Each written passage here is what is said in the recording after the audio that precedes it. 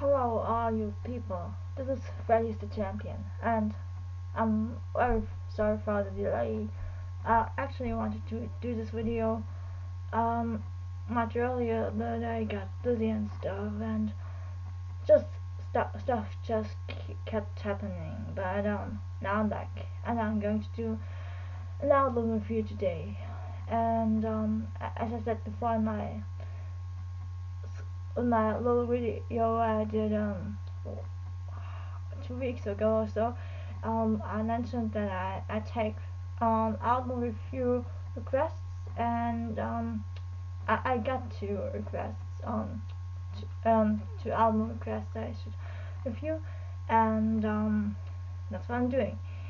And first of all, yes, I'm wearing a new hat. It's the flag you're seeing on the hat is the Bavarian flag. I'm not from Bavaria, for God's sake, no. I'm from Sweden. That's something completely different. Just to make that clear, that I just love my hat. And yeah, and plus the Bavarians and Sweden are both in South Germany, so yeah. And to and now I'm going to the album. The album I'm going to review. I actually got, as I mentioned before, I got 2 requests. Um, and I'm going to do one of the requested albums. And by the way, both of the albums were requested by Greg, from Gregson Bootleg. So there you have the album review you requested. Enjoy. And the album which I'm going to review is an album by my favorite um, solo artist, and you can see him right back on the over there on my door, on a poster on my door. And yeah, it's Michael Jackson. And the album I'm going to review is Off the Wall. It's the first solo album by him. By uh, recorded at the Epic Records. Later it was named Sony, and it was the first album produced that by Quincy Jones, out of out of 3 albums in total, were produced by Quincy Jones, and yeah, it's his first solo album if you don't count all the 4 albums he did as a child star on Motown. And he used the album as a kind of opportunity or chance in order to get rid of this child star image, and I think he succeeded in doing it quite well, because he was on these albums um, he released songs that he actually wrote, unlike on the other 4 albums he did. He he he he did on Motown when he worked for Motown, because then all the songs were written by other people. And yeah, and so we've got quite a few songs written by Michael himself. And so I'm going to give you a little bit of background information about the album. The album is was released on August 10th, 1979, just 19 days before his 29th uh 20 21st birthday. Sorry for that. He so it was just a few days before he became officially an adult, um, at least according to American law, because you're an adult. In other countries, you're an adult when you're, for example, I don't know, like 18 years old. And so the album was recorded from late during from late 1979 1978 until early. No, actually, it was until June 79, and yeah, it was clearly recorded during the era when there was the music like funk music and disco music was very popular, although and very yeah yeah most people liked it and um, this kind of music was in the charts like for example represented by the Bee Gees and other stuff yeah all those people and yeah so I'm going to start go through all the songs going through all the songs. The first song is Don't Stop Till You Get Enough, um, written by Michael Jackson himself. It is a great opener.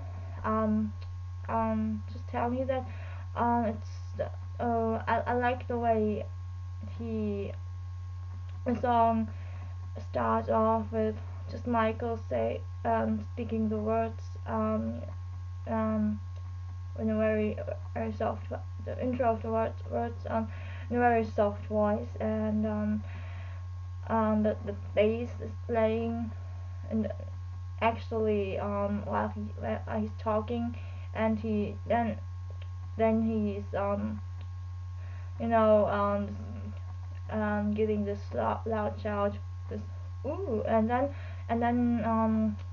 with his falsetto and then strings start start to play and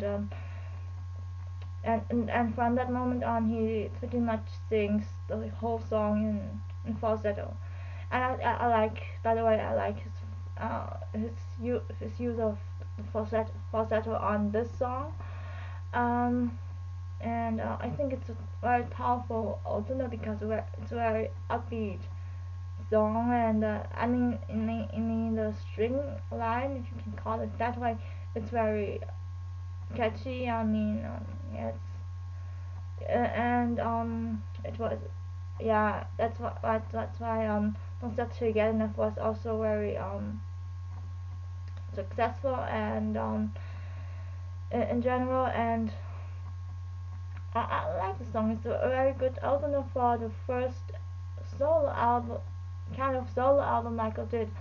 And if I had to rate the song, I would give him 5 out of 5 stars. So yeah, it's my take on Don't Start to Get Enough. Next song is Rock With You, written by Rod Temperton. The song is I mean the song is very catchy, especially the chorus, and I like Michael's vocals on the song. It's very uh yeah I like it's very calm. It's not like the kind of upbeat tempo when uh, like like he has on Don't Stop Till You Get Enough. It's just a little bit slower, but still a good disco song. And yeah, it's just something really I mean it's good for I can imagine it being good for to dance to on the when you're on the dance floor, for example, or when you were on the dance floor back then in a disco or something. And I mean it's catchy and everything. It's not. I wouldn't say it's. I wouldn't say it's. Oh, it's the best song on the album or something. I would be comes later on. But I think it's a quite good song overall. I like the instrumentations. I like kind of the flute, kind of instrumental section, if you can call it that way, or flute, whatever. And yeah, I like the chorus. It's like I said before, it's very catchy. And I would give the I would give Rock With You 4 out of 5 stars. Next song is Working Day and Night, that written by Michael Jackson himself. And yeah, it's like it kind of reminds me of Don't Stop Till You Get Enough again because he was using his falsetto once again, and it's also a very good a very good up tempo song, and also the instrumentation on it, the melody, or if you can call it melody, kind of reminds me of Don't Stop Till You Get Enough, and I mean it's but I mean the song is the lyrics of the song are something completely else. It's like the first song is like is really about love and yeah, I mean that both related to love, but I think the lyrics of Don't Stop Till You Get Enough are more really more passionate, if you can call it that way, and for Working Day and Night it just is like a man who's showing his probably his girlfriend what he's doing for her, and yeah, and what he's doing for her in order to keep her alright and keep her happy and stuff. And I really like the instrumental side, instrumental solo, the guitars and stuff. And I think it must be the longest song on the longest song on the album total. And I would give the song I would give the song 4.5 star out of 5 because because it's as I would say it's nearly as good as Don't Stop Till You Get Enough, but the thing is it reminds me so much of Don't Stop Till You Get Enough that I would say it's a kind of a copy of it. Um, I don't know why but I think um, the song works live better. It's like I like the live versions. Michael performed the song live on the trans tour which he did with his brothers and the band the Jacksons until his Dangerous tour in uh, which lasted from uh, until 1993. So yeah, that's that's my take on Working Day and Night. The next song, the next song actually would be um, what Get on the Floor, and it was actually co-written by Michael, and but it also was written by Louis Johnson. Um, and I actually I actually can say this song is not as good as the previous. I consider the song not to be as good as the previous three songs because I actually don't like I don't like Michael's tone on the song so much. It's like it's a song as it's like uh, he was trying to sing the the highest the trying to hit the highest notes which actually succeeded in, but he was trying like forcing the highest notes out of his throat with using his natural voice without using really falsetto. And I mean it's quite still a decent song, I mean, but it's actually I would actually say Get on the Floor is one of the is probably the least my least favorite song on the album. And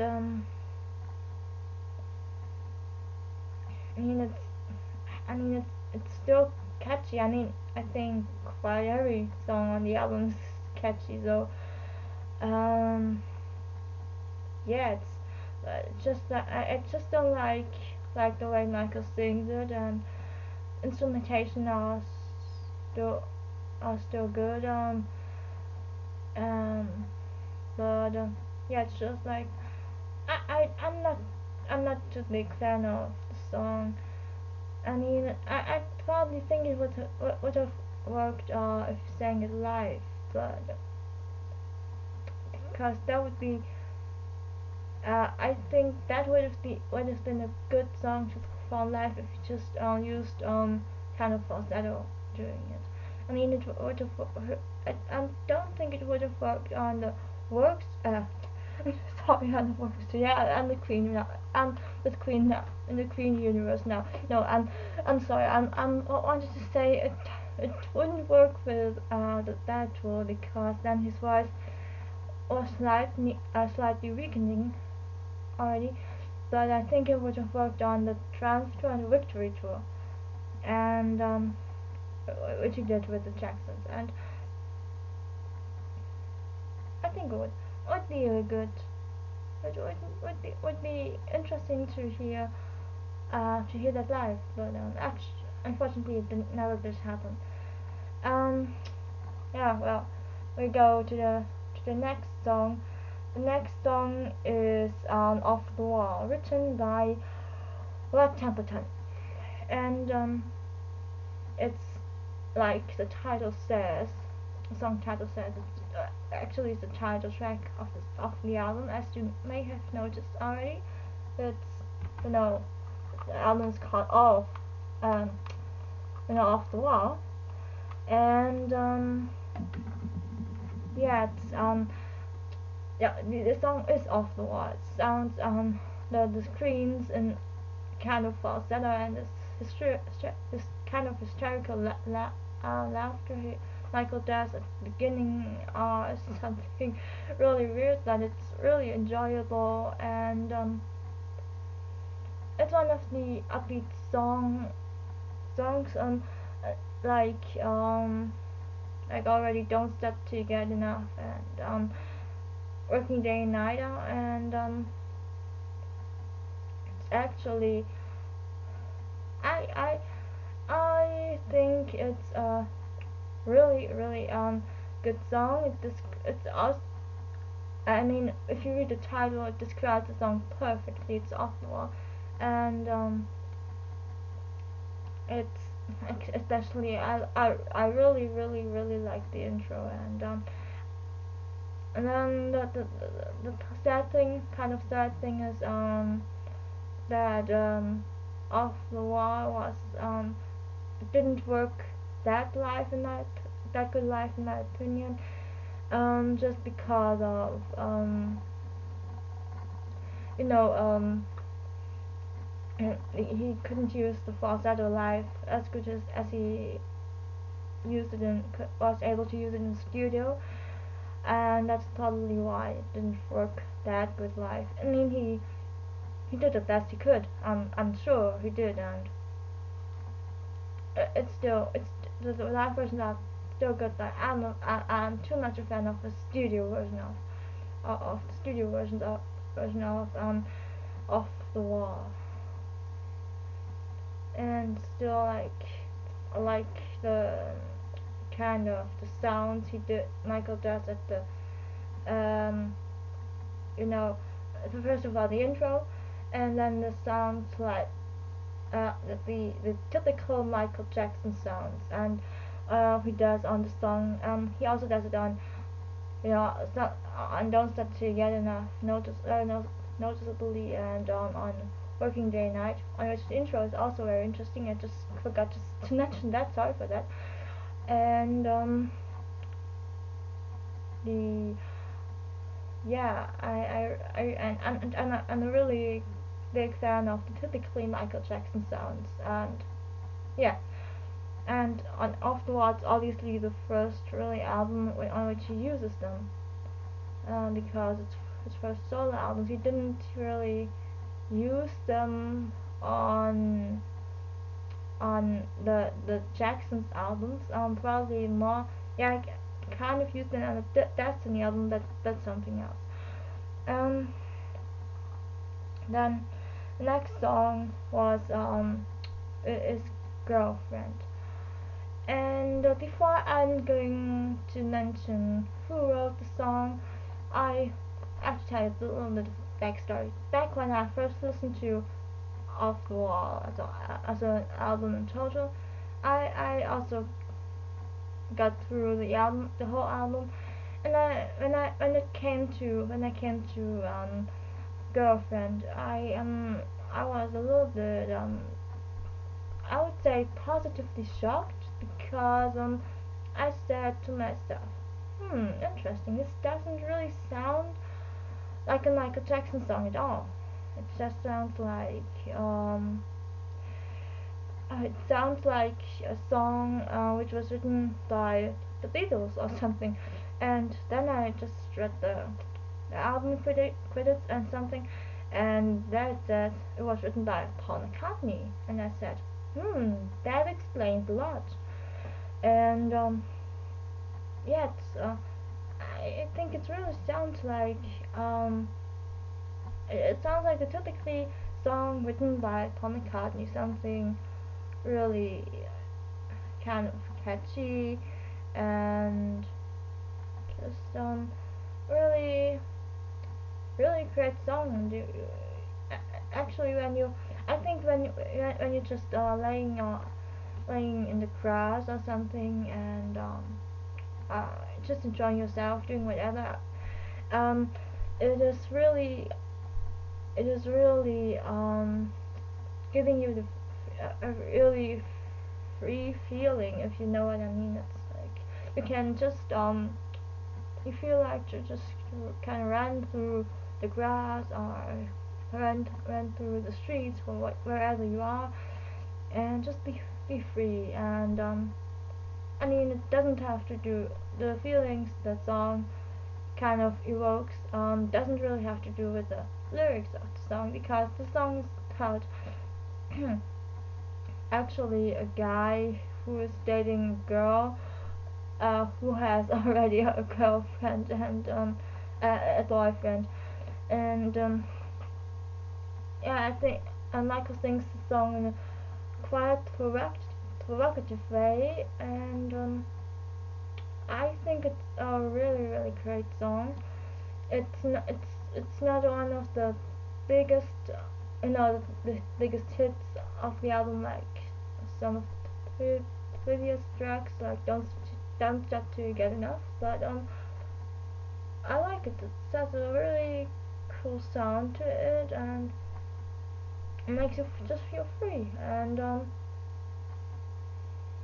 And yeah, I like the way he sings. Like he sings it in a very provocative way, and just like I don't know any song that from the kind of earlier area, like um the from the first three albums he produced with Quincy Jones, that are like very that in a such provocative way, written by written, and maybe it has to do that it was written by Paul McCartney. So yeah, that's and I would give Girlfriend, actually I would give it 4 stars out of 5, because it's a cool song to listen to. It's not, yeah, it's not really my favorite, but I do like it. Then the next song would be She's Out of My Life by Tom Baylor. And yeah, it's like this song was totally written for Michael. I don't know why, but it's like if I could imagine him writing such a song like this. I mean, he wrote other great songs like later on, like I Just Can't Stop Loving You and stuff, and which also has to do with love. But this is actually a sad love song, because she's out of my life. It's about a girl who has left his boyfriend, uh, who has left her boyfriend, and yeah, actually it's a really sad song. If I don't know. I mean, if you're very sensitive, I can imagine some people crying at the end or while listening to it. And there's also a rumor which says that Michael couldn't really sing the song without crying, and which you also can hear in the album version, because at the end he sounds like he's crying, and also in the live versions he seems to cry every time he gets to the end, but uh, I'm not I'm not really sure if it's crying or it's just show, because I mean you, I don't know, you have to be a very sensitive person to cry because of a song every every time you perform it. I mean, um, yeah, and every time the same part of the song, uh, all night long. And I mean, the Tula, he toured very often, and did the song quite a few, quite a couple of times, and I don't know. I like the moments when he kind of allowed a girl to get on stage when he performed his Out of My Life live, and it's a very cool song. Plus, there's a demo version released on the This Is It album, the on the special edition of the This Is It album, the demo version on which he doesn't seem to cry at the end. So I'm quite sure that the crying thing is just a kind of a myth. But yeah, it doesn't take away my love for the song. I would give it a five star 5 out of 5, because it's really good. It's it's very emotional, and if you are a very sensitive person or emotional person, yeah, you will probably your emotions will just overwhelm you or something. And yeah, it's probably the the the favorite song, my favorite song on the album, along with "Don't Stop Till You Get Enough." And so this is my take on the album, on the song. Sorry. Next song is "I Can't Help It," written by Stevie Wonder, and I have to look at this name. Suze Green Brown. Yeah, Suze Green Brown. Yeah, I hope I didn't butcher your name. I'm sorry if I did. Um, I I think this is a really groovy song. You can really hear that it was written by, at least co-written by Stevie Wonder. Because if you know a few songs of them, they are really groovy. They're like, they have the kind of a bluesy sound to it, and a very soulful sound to it as well. And I I like Michael's soft voice when he starts off with singing, you know, looking in my mirror and stuff. And I also like the kind of sounds he does during the, yeah, you know, during the song during, first of all at the start of the song, and then on the kind of bridge. It's like the you know what I mean. And yeah, I do like the song. It's very catchy. I mean, the you you just can't help singing along with the chorus of the song, even though you don't know the lyrics to the lyrics to the verses. But I do enjoy listening to "I Can't Help It." It's I mean it's I think the the verses are a little bit of contrast to um to the chorus because the verses are more slow and a little bit smooth and everything is soft and the the the chorus are a little bit faster and they're more catchy and yeah it's a really I like I can tell that I would give it a 4 out of 5 and and it's a really nice song and I also think that I I really like the the instruments are used on I can tell that it's it's I think it sounds really like you can clearly hear that it was the song was recorded and produced in the 70s in the late 70s so it shows its age very clearly but I think it's great I think it's a good song to listen to and I wouldn't really skip it unless like I mean that's not really a song I would skip but the the song I would the probability that I would skip it the most is on the album is Get on the Floor. I'm sorry for for those who love who like Get on the Floor that I'm not a big fan of it. And then the next song is It's the Falling in Love. And the song was actually written the song was actually written by after Carol Sager, I think is the way it's pronounced. I'm pretty sure that it's pronounced like that, and it was by David Foster. And yeah, that's actually the first duet Michael ever did, and on his albums. I even think on no on his other solo albums on Motown he didn't do duet. So it's his very first duet, and the duet he sings with a woman. The woman was called Patty Austin, and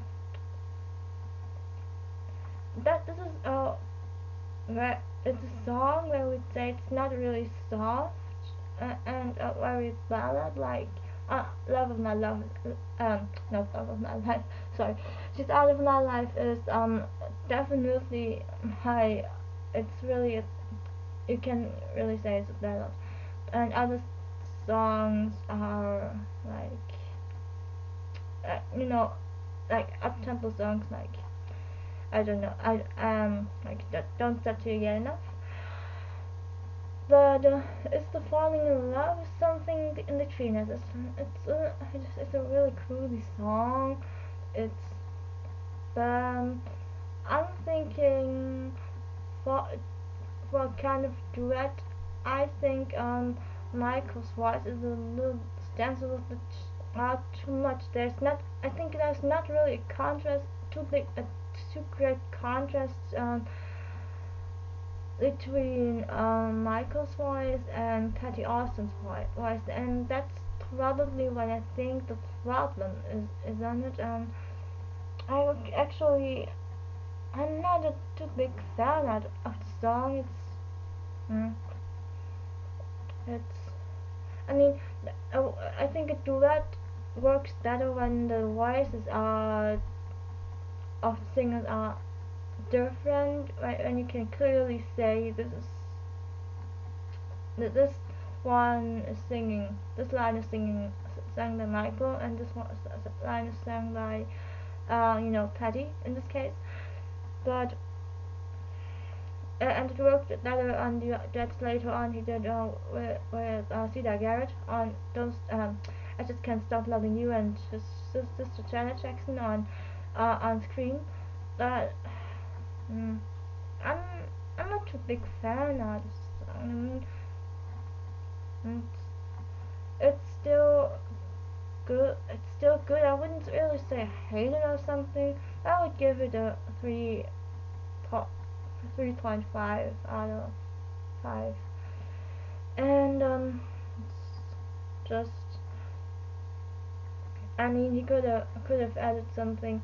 I think he could have added some other songs or some other song he recorded at the time and just didn't finish it yet, or something like, I don't know. I don't think Wanna Be Standing something would have be good to add on this place, because it just works as an alternate, even though it was just recorded at the time when Off the Wall was about to, when Off of the Wall was recorded as well. But I'm I'm not too big. I'm just not too big fan of it either. I mean, I wouldn't really leave it out. It's okay. I mean, it's not the worst song by Michael ever, in my opinion.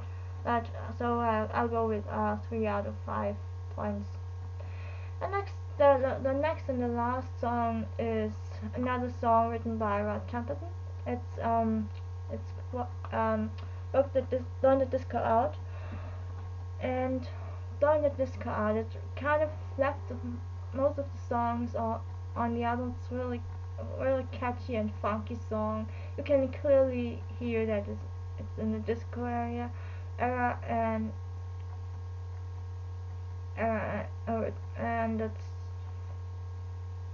it uses also Michael's falsetto in the chorus part, the groove or night line, and it's a really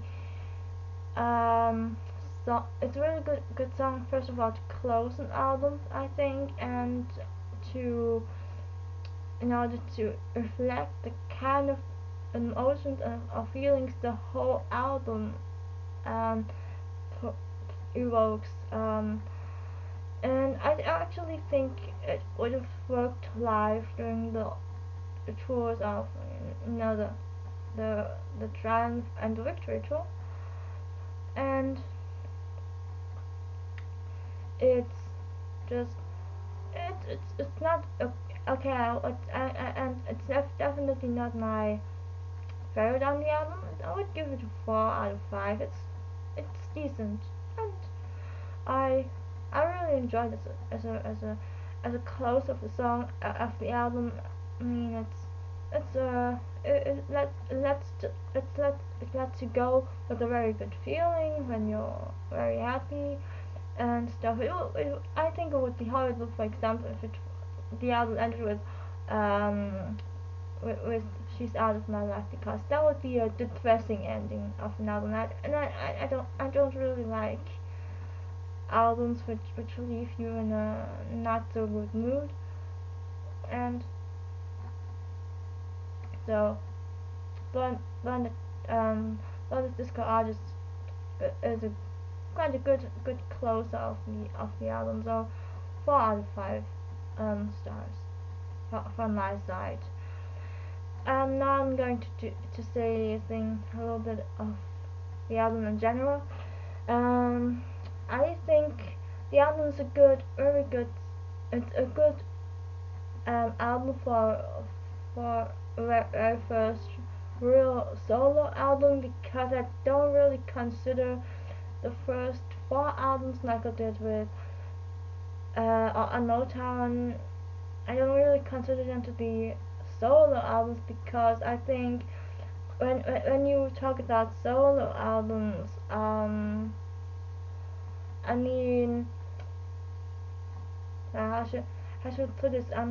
I I think you should actually have a cat. At least, I mean, there are people like Whitney Houston or Elvis who never wrote a song by themselves. But you should at least have a say in how to do something, and you know, in fact, Michael was just told how to do this and how to do that. So I don't really consider them to be really solo albums, even though they were kind of they they're kind of titled as or labeled as solo albums. But this is the very first solo album by Michael ever, and it's a really good song, a good album. In order to get rid of this child star image Michael had, and I mean the song is really clearly disco influenced, and it's not as timeless as other albums by him, and I can clearly hear that the songs were recorded and written in the square in the late 70s. But I mean, it doesn't make it that worst album. It's still a really good album. I mean, there are albums by Michael I don't like that much as I like less than Off the Wall. And it's just a really cool album to listen to when you're in good mood, and when you just wanna. Most of the songs are good when you just wanna dance and stuff. So yeah, it's not really typical. I mean, they're always talking about Thriller when it comes to Michael Jackson or that, but Off the Wall, it's really the time when it started, and I mean, and Michael once said that he was kind of disappointed because his album Off the Wall only won, I think, one Grammy, and he was really disappointed because he thought it would have deserved more. And I actually would agree with that. It's a really good album, and even though you can clearly listen to clearly hear that it's influenced by the time when it was written and produced. But hey, it's his first solo album. I mean, every person starts somewhere and has just to experiment a little bit, and then find out what his or her way is to sing and to produce and to write songs. And yeah, he pretty much already found a style in how to produce and write songs. And yeah, of course, and Thriller and that and the later albums was he was really confident about it, but still still a very good first album by Michael. So this is my actually my take on Off the Wall. And yeah, I hope I didn't I I hope I didn't talk to that. I hope I didn't really annoy you or something with my take on the album. Just it's not just like yeah, I just really had to say many things about the album, and I think it's almost an hour long or something. So yeah, a little bit less than an hour, but hey, it's a good album, and so yeah, I'm going to do another album very soon. I was requested to do. It's to to kind of give you a clue. It's an album by Queen, and it's an 80s album. And it also was requested by Gregson Bootlegs, as I mentioned it before. And I'm really looking forward to review the album. And yeah, I hope I see you guys later on my other review and my next album review, which will come very soon. I'll tell you. Will be out very soon. I'll promise you actually. And so if you, I hope you enjoyed watching the video and hope you like it. And yeah, see you later or soon. I'll see you soon, all you people. Bye bye from Germany.